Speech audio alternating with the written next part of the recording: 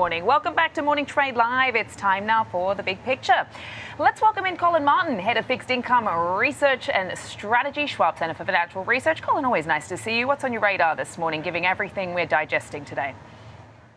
Well, we finally have some economic data or surveys to pay attention to because lately the markets are really being driven more by posts or comments from President Trump than the actual economic data. So we got the ISM services just a little while ago, and relatively mixed bag. On a headline level, it missed expectations, but we saw a big jump in the prices paid component. That shouldn't be too surprising given the rise in oil prices and what that means for gas prices. But you never want to see, survey-based expectations of inflation pick up so much. It's at the highest level in a handful of years. And then we saw the employment component of that index drop very sharply as well, also near the lows of the past 4 or 5 years. And that's the risk that the Fed is looking at right now, the risks to higher inflation but a weaker labor market. I think the good news, though, in following last Friday's jobs report, is that the labor market does appear to be stable right now. So that the surveys suggest maybe there's some weakness ahead, but we got some good news last week. And any Fed officials who were worried about a significant deterioration in the labor market because of the potential negative consequences from the Middle East, that probably allows them to focus more on inflation for the time being and sit on hold for the next handful of meetings.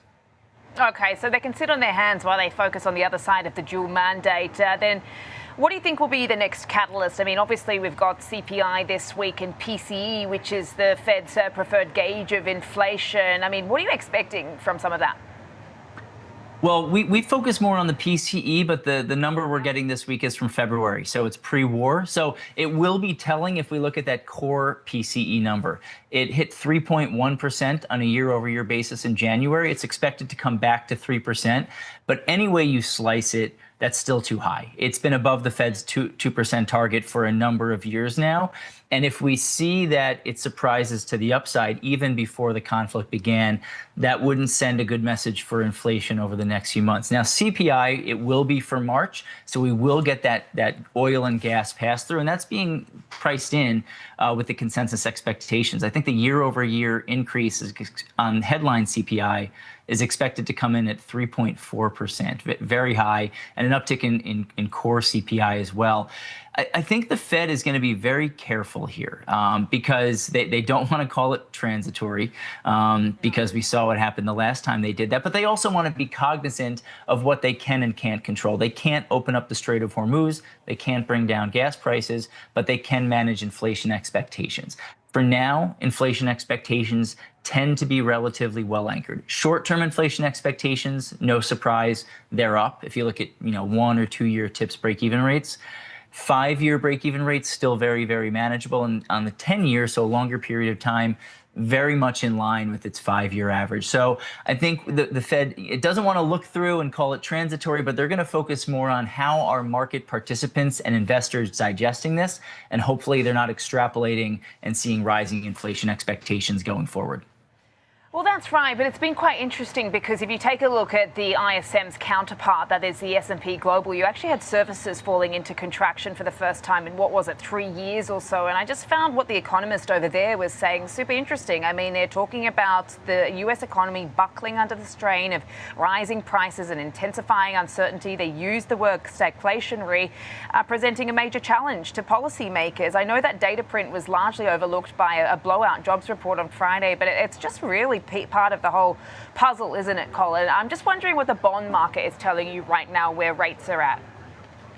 I think the bond market is somewhere in between. We hear that stagflation term a lot, and I think it's a little bombastic because the inflationary aspect of that is elevated, but nowhere near levels we saw just 4 years ago, and nowhere near levels we saw back in the 70s and 80s. And on the growth side of stagflation, growth's still doing okay. I think the bond markets are middle of the road there. They're focusing more on inflation, but not necessarily the negative consequences to the economic growth. I think if the markets were focusing on that, we'd probably see long-term yields fall a little bit more. We'd probably see 10-year Treasury yields below 4%. But right now, inflation's in the driver's seat. And the concerns you just mentioned from the S&P economists, those are concerns we have, but we haven't seen it yet. So the good news is we think the economy was on solid footing, and we'll wait to see how the conflict plays out before we kind of jump to that conclusion. Feels like just tug of war everywhere right now, playing out in stocks, playing out in the bond market, the P versus the E. Collin, really appreciate you joining us today. Thank you so much for that. Collin Martin, Head of Fixed Income Research and Strategy, Schwab Center for Financial Research.